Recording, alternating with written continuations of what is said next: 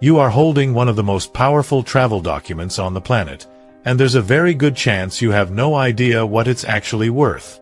The Malaysian passport. Green cover, crescent and star. Sitting in a drawer somewhere, or tucked into a travel organizer you haven't opened since your last trip. In 2026, that passport unlocks visa-free or visa-on-arrival access to over 180 countries and territories, placing it in the top 15 most powerful passports on Earth according to the Henley Passport Index 2026. But here's what most people miss. It's not just about where you can go. It's about how certain countries treat Malaysians specifically, with a warmth, a respect, and a level of welcome that most nationalities simply don't receive. Today we're counting down 7 countries that treat Malaysian passport holders like royalty, from least to most remarkable. And I promise you, by the time we reach number 1, your travel wish list will look completely different. But wait, before we dive in, please subscribe so you never miss out on any of my essential content. Comment, "I subscribe," below and I will personally welcome you to our community. With that said, let's get started. Number 7. Turkey. Imagine landing in a country that sits exactly at the crossroads of Europe and Asia, where the food is extraordinary, where the history stretches back 10,000 years and every city has a layer of civilization buried beneath the last one, where the architecture makes you feel like you've wandered into a dream. Now imagine your Malaysian passport gets you straight through the door. No visa, no application, no waiting, no rejection risk. Just a stamp and a welcome. That is Turkey in 2026. Malaysian passport holders enjoy visa-free access to Turkey for up to 90 days. 90 days to wander through Istanbul's Grand Bazaar, to float above Cappadocia in a hot air balloon at sunrise, to swim in the turquoise waters of the Aegean coast, to eat kebabs and baklava and fresh pomegranate juice at a price that makes every meal feel like a gift. Hamida knows exactly what that feels like.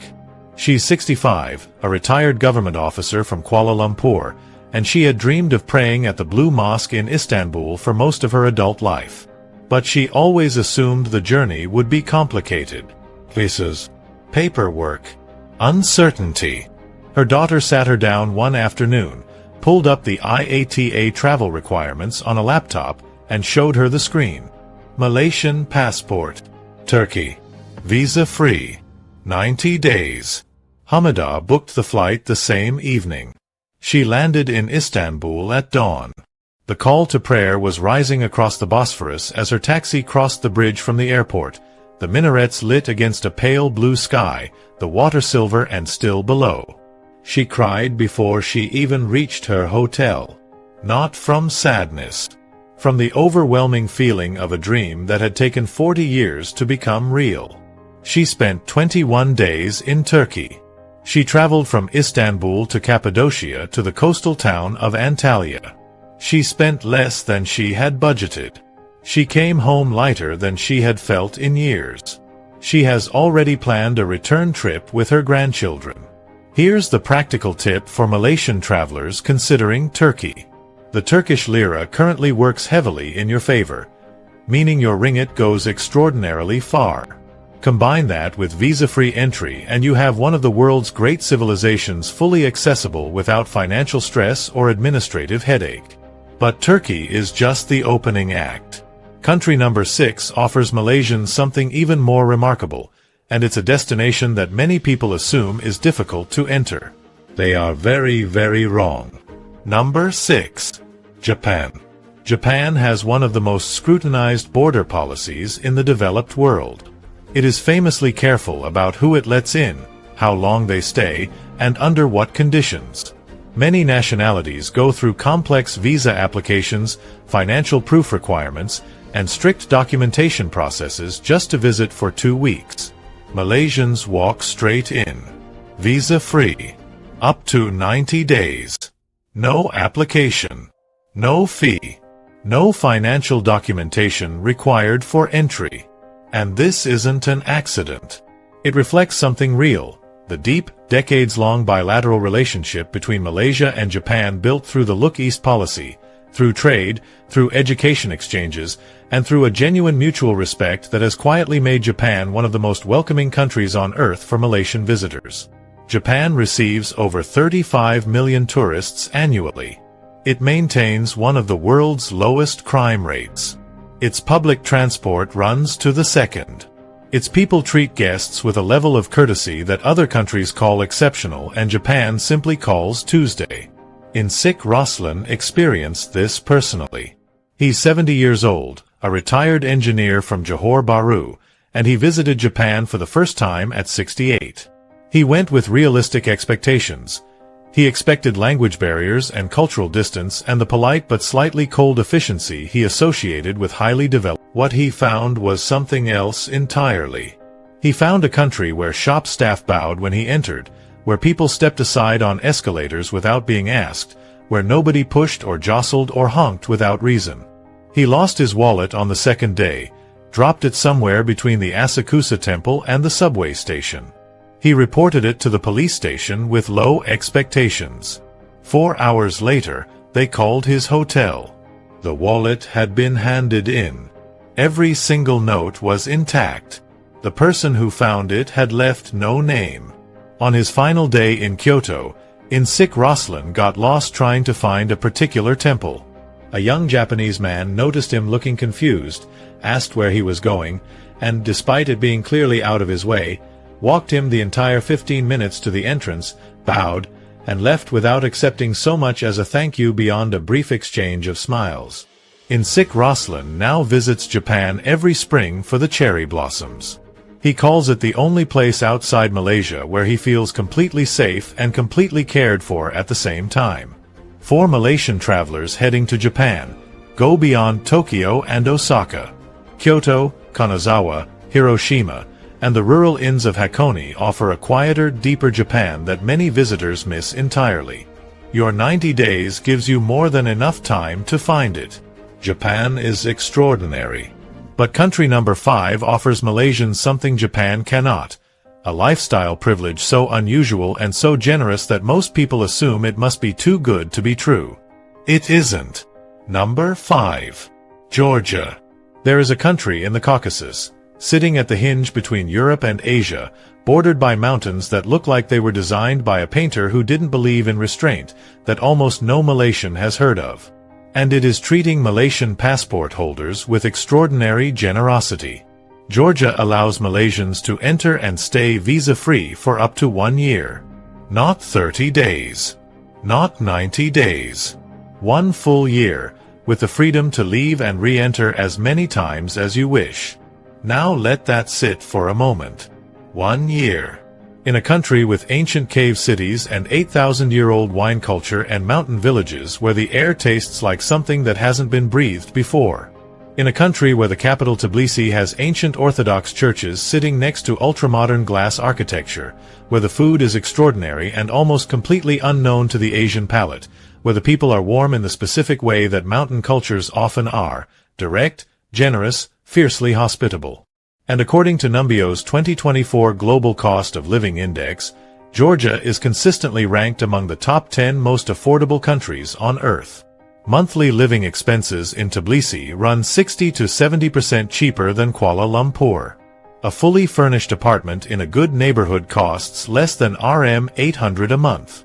A full meal at a proper restaurant costs less than Rm 15. 1 year. Almost no cost. No visa. No forms. Datin Noraya did it. She's 63, a retired teacher from Selangor, and she wanted to do something for herself after her husband passed away. She wasn't ready for a permanent move. But she wasn't ready to just sit at home either. She wanted to be somewhere new, somewhere safe, somewhere that would ask something of her and give something back. Her children worried. She researched. She found an apartment in Tbilisi, packed 2 suitcases, and spent 8 months in Georgia in 2024. She walked the old town every morning. She took a Georgian cooking class. She hired a driver once a month to take her to a different village in the mountains. She wrote a journal that ran to 300 pages. She describes it as the most transformative experience of her adult life. She is going back in 2026 for a full year. For Malaysians considering Georgia, the practical entry point is Tbilisi. Fly via Dubai or Istanbul, both of which have direct connections. Learn 5 words of Georgian. Hello, thank you, delicious, beautiful, and friend. You will be treated like family. Georgia will change how you think about what long-term travel can be. But country number 4 offers Malaysians something different, a cultural resonance so deep, so immediate, so visceral, that visitors often feel they've been there before even on their very first arrival. Number 4. Morocco. Africa intimidates people who've never been. The word alone creates a hesitation, unfamiliar, far, uncertain. But Morocco is one of the great travel revelations of the modern era, and for Malaysian passport holders, it opens its doors freely and with remarkable warmth. Visa-free access. Up to 90 days. No application required. Malaysia and Morocco share something that goes beyond a passport agreement. Both are majority Muslim nations with layered cultural histories, extraordinary food traditions, and an architectural heritage that stops people mid-stride. When Malaysians arrive in Morocco, they are received not as tourists passing through, but as cultural cousins who have finally made the journey home. Picture the Medina of Marrakesh. Narrow alleyways that twist and double back on themselves in ways that make maps useless. The smell of cumin and saffron and fresh-baked bread and leather tanning in the heat. The sound of a muezzin's call threading through the chaos of the souk. Tiles in geometric patterns so intricate they seem to move. Colors, terracotta and cobalt and ochre and the specific dusty pink of Marrakesh walls at golden hour, that have no equivalent in any other city on. Now picture a vendor in that souk hearing your Malaysian accent, breaking into a wide smile, and greeting you in broken but enthusiastic Malay, because so many Malaysians visit his stall that he learned the language specifically to make them feel at home. That is Morocco. That is what the cultural cousin effect feels like in practice. Puan Fauzia lived it completely. She's 66, a retired bank manager from Penang, and she was nervous about traveling to Africa alone as a woman. She had done her research, she knew Morocco was relatively safe, but the nervousness was real. She landed in Casablanca, found a female-friendly riad, a traditional Moroccan guest house built around an interior courtyard with a fountain, in the ancient city of Fez, and spent 3 weeks moving through Morocco's imperial cities. She found halal food not just available but omnipresent, in every medina, on every corner, with options that reminded her of home but tasted entirely new. She found prayer spaces woven into the fabric of every old city, just as they are in Malaysia. She found a population whose shared faith created an immediate, unspoken bond of trust that crossed every language barrier. She ate pastilla in Fez, a Moroccan pastry filled with pigeon and almonds and dusted with sugar and cinnamon, and described it as the most surprising and delicious thing she had ever put in her mouth. She is bringing her 2 daughters to Morocco in 2026. For Malaysian travelers, don't limit yourself to Marrakesh. The blue city of Chefchaouen, the ancient ruins of Volubilis, and the Sahara Desert accessible from Merzouga are experiences that exist nowhere else on the planet. Your 90 days is more than enough to see all of it. Morocco is a revelation. But country number 3 does something for Malaysians that no African or Middle Eastern destination can offer. It places you in the heart of Europe, with European culture, European infrastructure, and European lifestyle, without a single piece of European visa paperwork. Number 3. Serbia. What if you could live in the heart of Europe? Cobblestone streets and riverside cafe culture and 4 distinct seasons and a music and art scene that is genuinely world-class, without a Schengen visa, without complex documentation, and for less money than renting a bedroom in Kuala Lumpur? That is not a fantasy. That is Serbia in 2026. Serbia is not in the Schengen zone and not in the European Union. For Malaysian travelers, this is critically important. The Schengen visa, required for entry into most of Western Europe, involves financial proof, hotel bookings, travel insurance documentation, and a processing time that can take weeks. Serbia bypasses all of it. Malaysian passport holders arrive in Belgrade visa-free, for up to 90 days, and begin living European life the moment they walk out of the airport. Belgrade ranked in the top 10 most affordable European cities for long-term travelers according to Nomad List's 2024 Global City Rankings. Monthly living costs including accommodation average under $1,000. A fully furnished apartment in the lively Savamala district, the creative heart of the city, costs less than Rm 1,500 a month. A full dinner at a proper Belgrade restaurant costs less than Rm 25. Full cafes. Full nightlife. Full culture. A city that sits on the confluence of two rivers, with a fortress above them that has been destroyed and rebuilt 40 times over 2,000 years, that has Roman foundations and Ottoman layers and Austro-Hungarian architecture and socialist-era murals and brand-new contemporary galleries all occupying the same few square kilometers. Azrael discovered all of this by accident. He's 67, a retired journalist from Kuala Lumpur, with a lifetime of travel behind him and a memoir he'd been meaning to write for 15 years. He read about Belgrade in a travel forum late one night, booked a flight on impulse 2 days later, and arrived in the city with a laptop, a notebook, and no particular plan. He expected a gray post-communist city. He found something that felt, he says, like Paris in the 1960s. Vibrant and slightly chaotic and deeply intellectual and alive in a way that polished tourist capitals rarely are anymore. He rented an apartment for Rm 1,200 a month. He found a cafe 3 minutes from his door that became his office. He wrote 40,000 words of his memoir over 6 weeks. He ate well every night for less than he would have spent on lunch in Kuala Lumpur. He has told every retired friend he has, "Go immediately, before everyone else finds out." For Malaysian travelers, beyond Belgrade, the town of Novi Sad is one of the most beautiful and underrated cities in Europe. The Terra National Park offers mountain scenery that rivals Switzerland.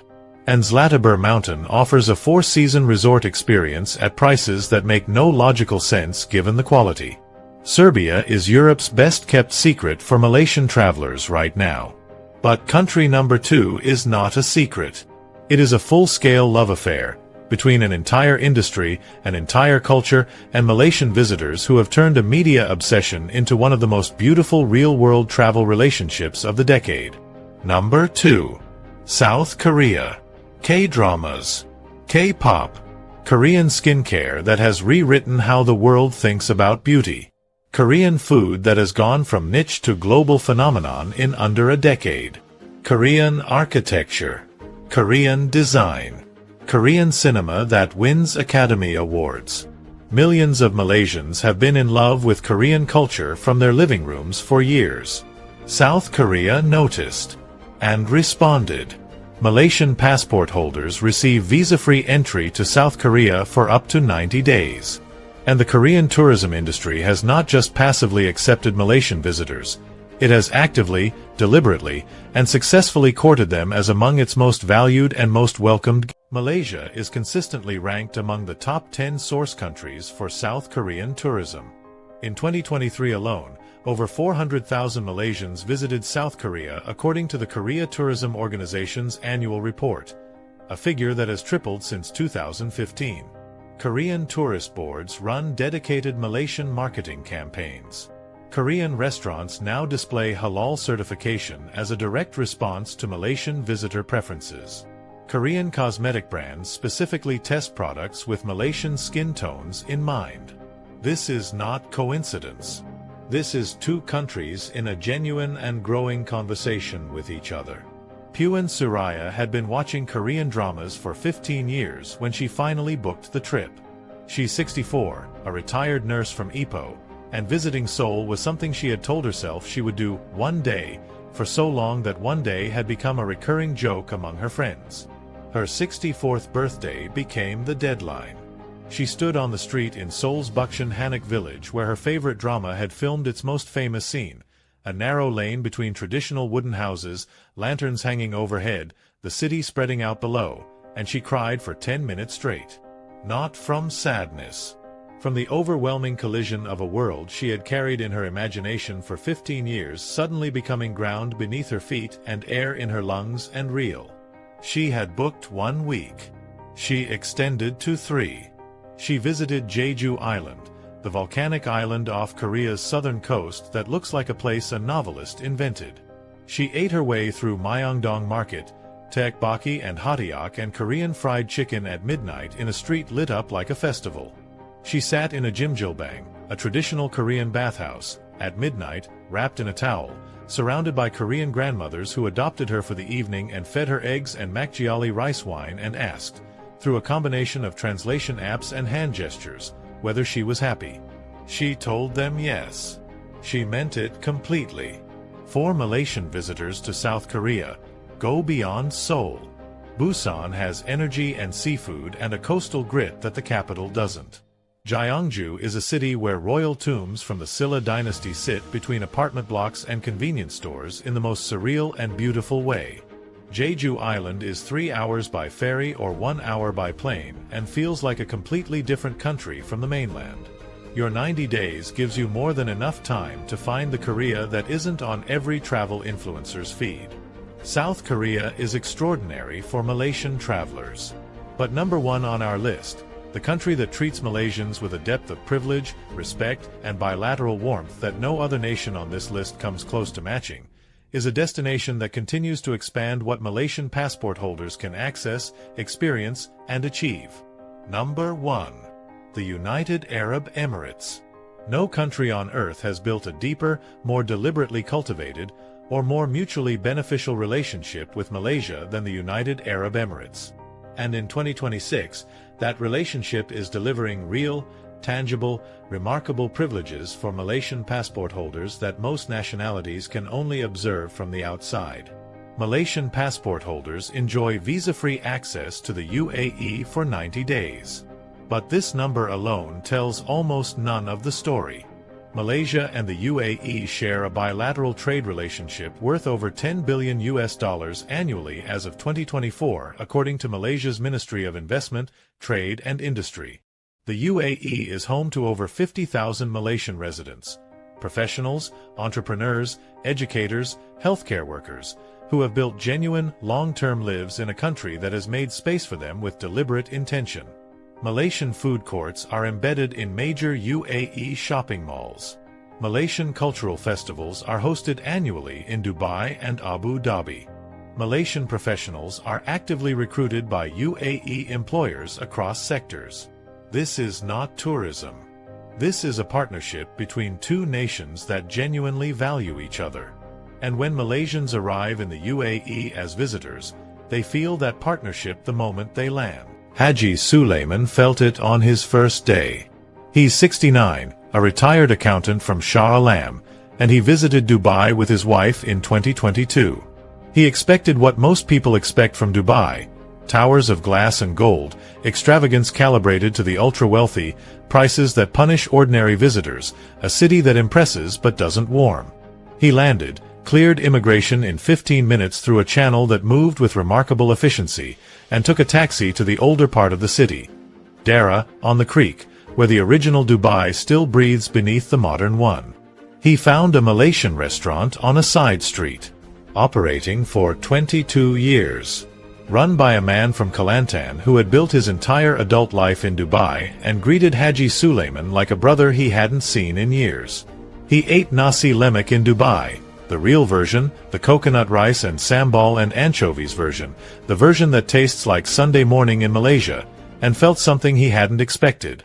He felt home. He rode the Dubai metro to the Gold Souk, clean, air-conditioned, punctual, covered in digital screens, and bargained for jewelry with a trader who switched into Malay mid-sentence because he had learned it specifically to serve the Malaysian customers who came to his stall every week. He prayed asar in a mosque that felt architecturally identical to one in his own neighborhood in Shah Alam. He stood on the observation deck of the Burj Khalifa and looked out at a city built from desert in 50 years, and thought, this is what ambition looks like when it is given permission to become everything it can be. Haji Sulaiman and his wife now visit the UAE every 2 years, alternating between Dubai and Abu Dhabi. He describes it as the destination that makes him most proud to be Malaysian. Because in the UAE, Malaysia is not invisible, is not unknown, is not underestimated. Malaysia is respected. Visibly, consistently, and genuinely respected. The Global Soft Power Index 2024 by Brand Finance ranked Malaysia among the top 30 nations globally for positive international perception. The UAE relationship is one of its strongest and most visible pillars. 7 countries. 7 red carpets, rolled out specifically for the green passport in your drawer. Turkey, with its ancient civilization and visa-free generosity. Japan, with its extraordinary safety and bilateral warmth. Georgia, with its impossible one-year welcome and mountain-cold affordability. Morocco, with its cultural resonance and cousin-like hospitality. Serbia, with its European heart and zero-visa bureaucracy. South Korea, with its cultural magnetism and 3-month open door. And the UAE, the country that has made Malaysia not just welcome, but genuinely valued at a national level.